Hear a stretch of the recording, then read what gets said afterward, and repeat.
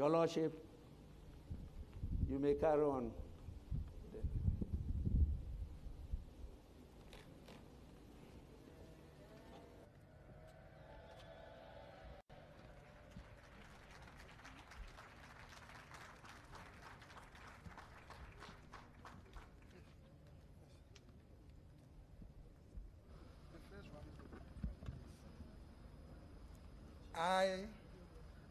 I, Dr. Alhaji Mahamudu Bawumia, do in the name of the Almighty God swear. Do in the name of the Almighty God swear. That I will bear true faith and allegiance. That I will bear true faith and allegiance. To the Republic of Ghana. To the Republic of Ghana. As by law established. As by law established. That I will uphold. That I will uphold. The sovereignty and integrity of Ghana. The sovereignty and integrity of Ghana. And that I will preserve. And that I will preserve. Protect. And defend. The Constitution of. I, Mahamudu Bawumia, having been elected to the office of the Vice President. Having been elected to the office of the Vice President at all times. Preserve. Protect. And defend the Constitution of the Republic of Ghana. And to do right to all manner of persons. I further solemnly swear. That should I at any time. Break this oath of office. I shall submit myself. To the laws of the Republic of Ghana. And suffer the penalty for it. So help me God.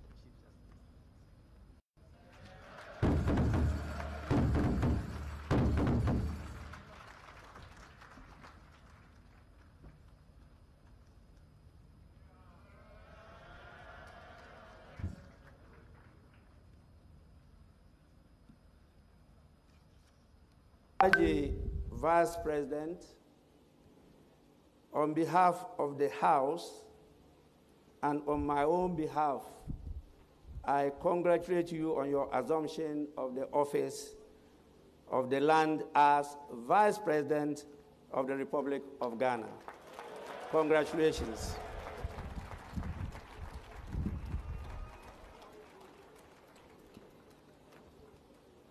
Honorable members, before I go to the main item,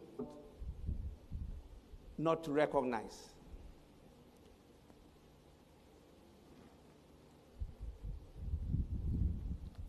It's important, Lady of the Republic of Ghana.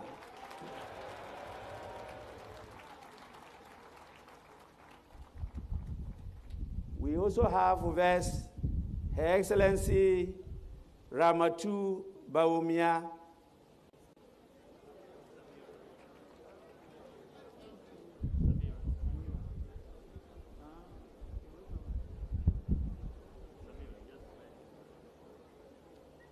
well, I don't know whether she saw an affidavit to change her name, but that was what they submitted to me. So, who is the second lady of the Republic? We also have our recourse of that title. I'm doing so because he is the chairman of the Council of State in the person of Nana Otuo Sriboa.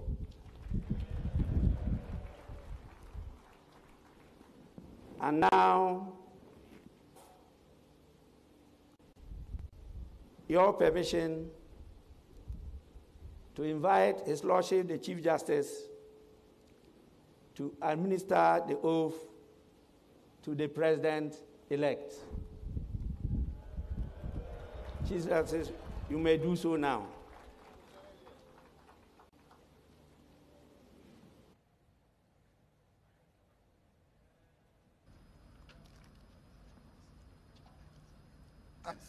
That I will bear true faith and allegiance to the Republic of Ghana, to the Republic, and that I will preserve, protect, and defend the Constitution of the Republic of Ghana, the Constitution of the Republic of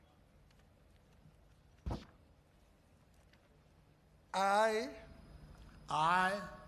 Nana Addo Dankwa Akufo Addo, having been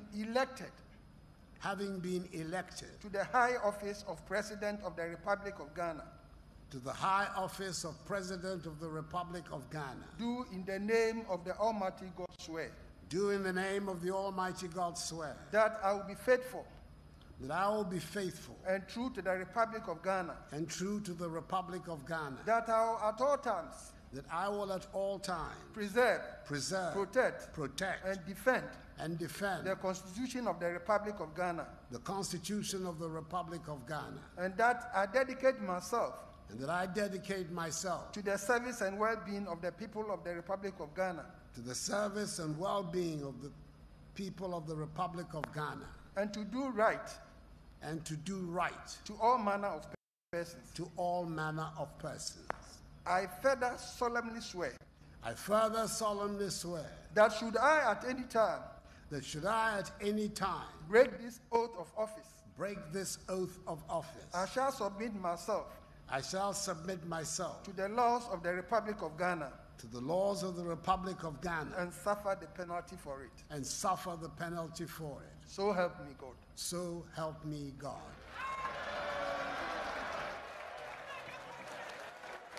Hold that, please.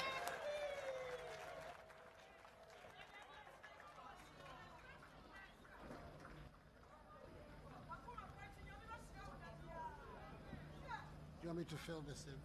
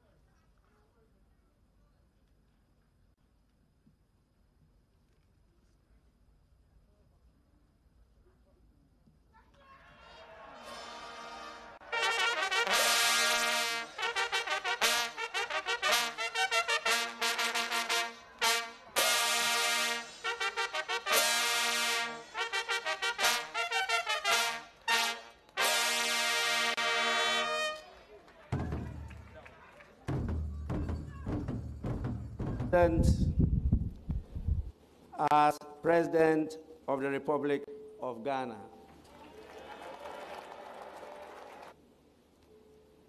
And I have the pleasure and honor to invite the President of the Republic of Ghana. You may proceed to deliver your address.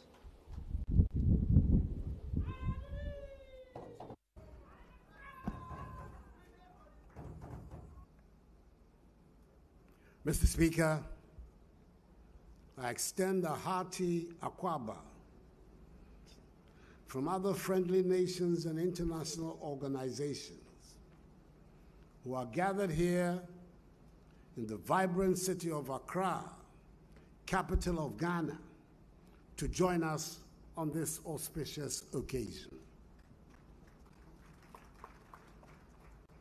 I thank each and every one of you for being present at this inauguration that speaks volumes of your attachment to the goals and aspirations of the Ghanaian people and state, for which we are very grateful. The Right Honorable Alban Sumana King, nearly 3 decades of devoted service to Parliament by you has culminated in this moment, which has seen your elevation to the 3rd great office of state of our nation. Together, you and I will be chartering new territory in the governance and will of the people to work in all sincerity and cooperation with the Speaker of Parliament from another in ensuring good governance in the ordering of the affairs of state.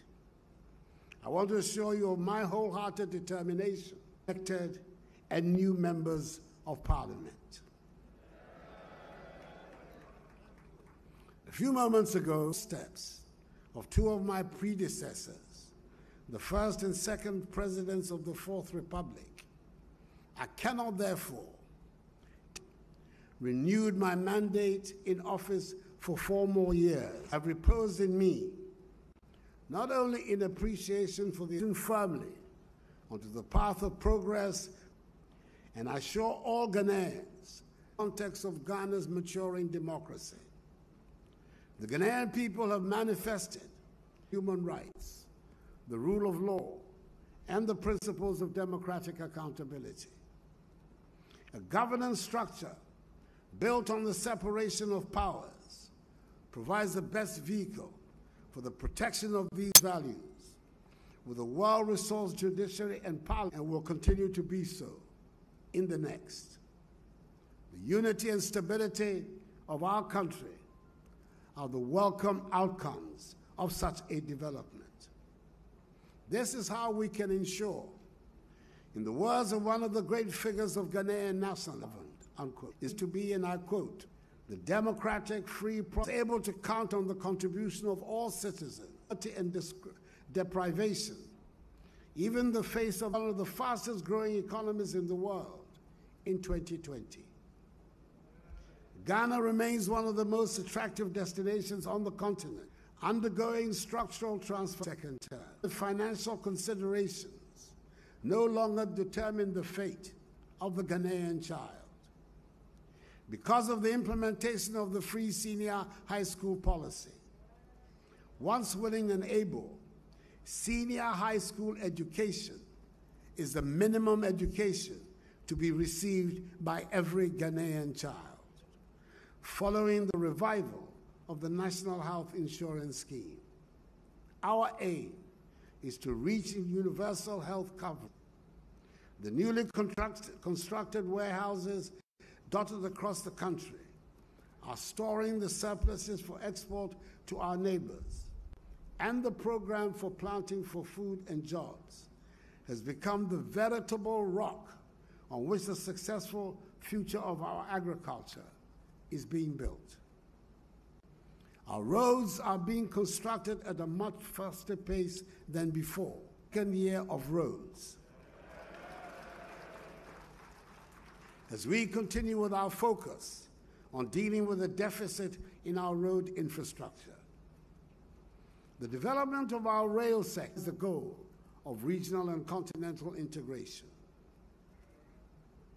The arrival of COVID-19 drove home the lesson to all of us that we have to be self-reliant. The pandemic has emphasized the fact that we cannot continue in all aspects of our lives. Indeed, build a Ghana beyond aid. If we make full use, as we must, of the enterprise and ingenuity of our people, especially our young people. The prominent role being played by young people in the digitization journey of our nation.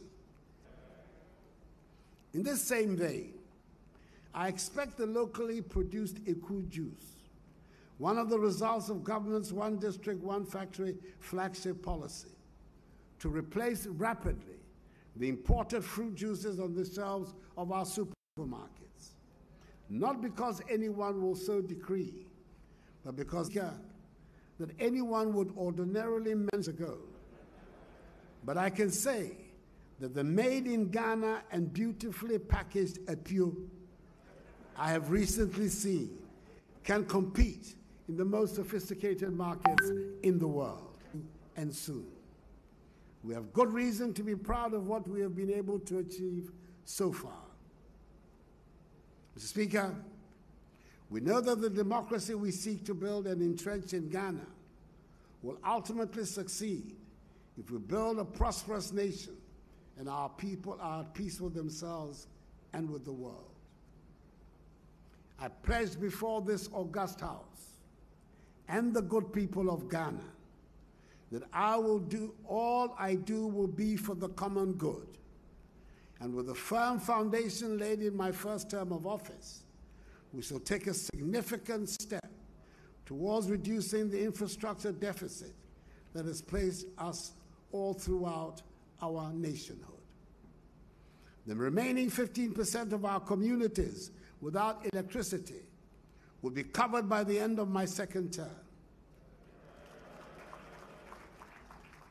We have already water is set to reduce significantly, and we shall tackle the problem with vigor. With discipline and caution, just as we have done since March 2020, we in Ghana, region, continent, and the entire world, we have taken the bold step of reopening all our schools again, because our fundamental conviction that education is the key to our future. We will do everything possible to ensure not only the safety of the children, but of teachers and non-teaching staff as well. We Ghanaians have always been very much aware of our place in our neighborhood, in our continent, and in the world. We recognize that poverty and insecurity plague our region, and thus we shall continue. We shall play our full part in the deliberations and activities and others. The AFCFTA provides us old exploitation, and I quote, "It is clear that we must fight for good in the world," unquote. Tomorrow we will achieve. For I believe in Ghana and make her great and strong. Your Excellencies, once again, Akwaba, I thank you for your...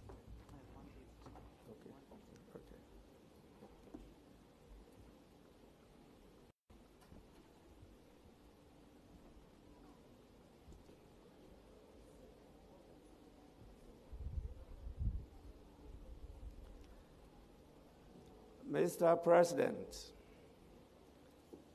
on behalf of the House and on my own behalf, I sincerely thank you for your inaugural address. I also wish you and the Vice President well in the administration of the country.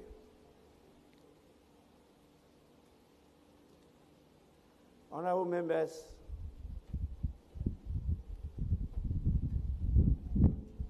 Having listened to His Excellency the President, I think the main item is over, and I want any indication from the leaders of the House.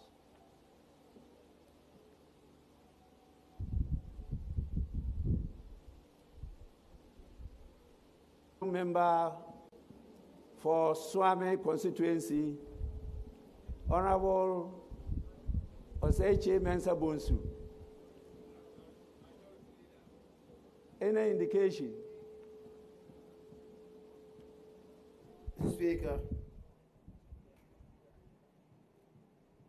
today, Thursday, the 7th of January, has been a very momentous occasion. We have had to elect the Speaker of Parliament and his two deputies for the 8th.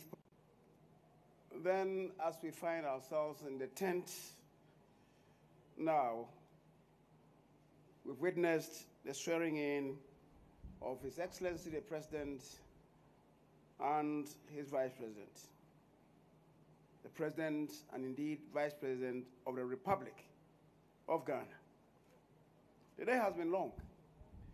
Arduous, tortuous, and indeed rather laboring time. For the newly sworn in members of Parliament, the day began yesterday before 11 p.m., which means that they have had to endure almost 15 hours since yesterday without blinking our eyes. Mr. Speaker, there is a lot of wisdom in beginning the swearing-in process soon after midnight, and the events of today bear ample testimony in the wisdom contained in this exercise. The speakers have said there has not been any indication from you about the extension of the sitting. And that being the case, I believe any member at any time stated for the closing may move for adjournment of the House as provided for by our orders, Order 44.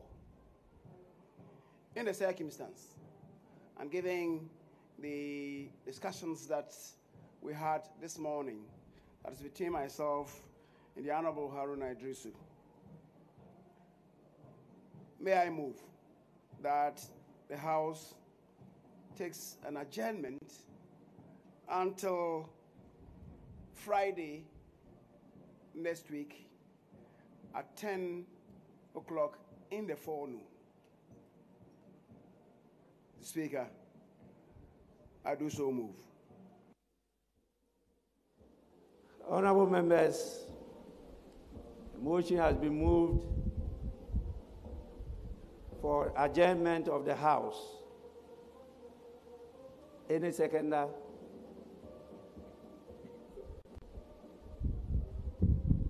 Sorry. Right, Honorable Speaker. I beg to second the motion.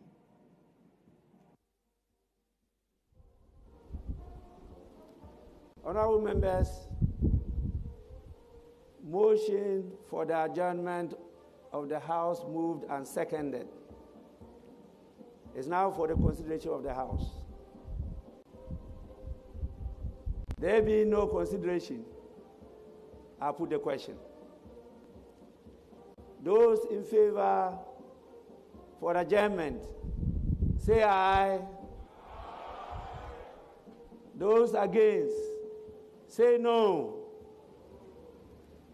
The ayes have it. Honorable members, I don't want to prolong your long dry fast.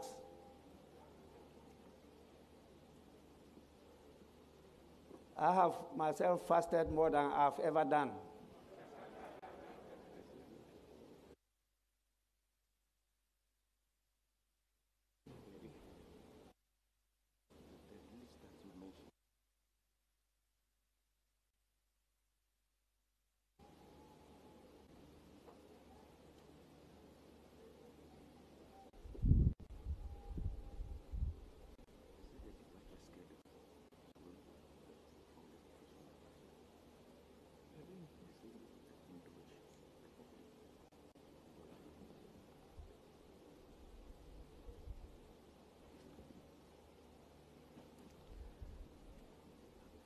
Honorable members, there's a very vigorous attempt to arrest the motion. Because it's a request I cannot turn down.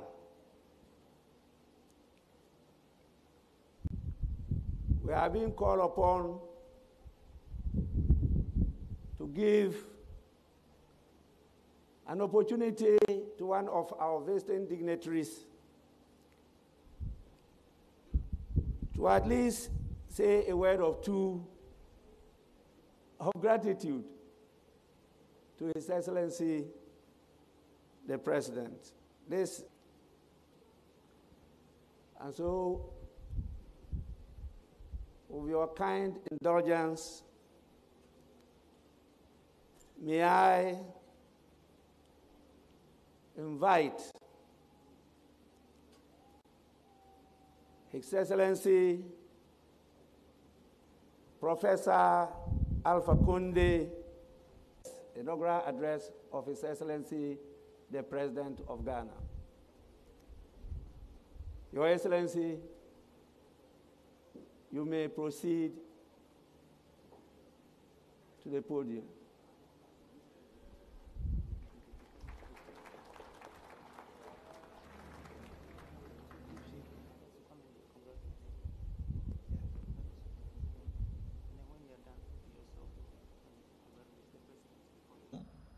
D'assister à la présentation de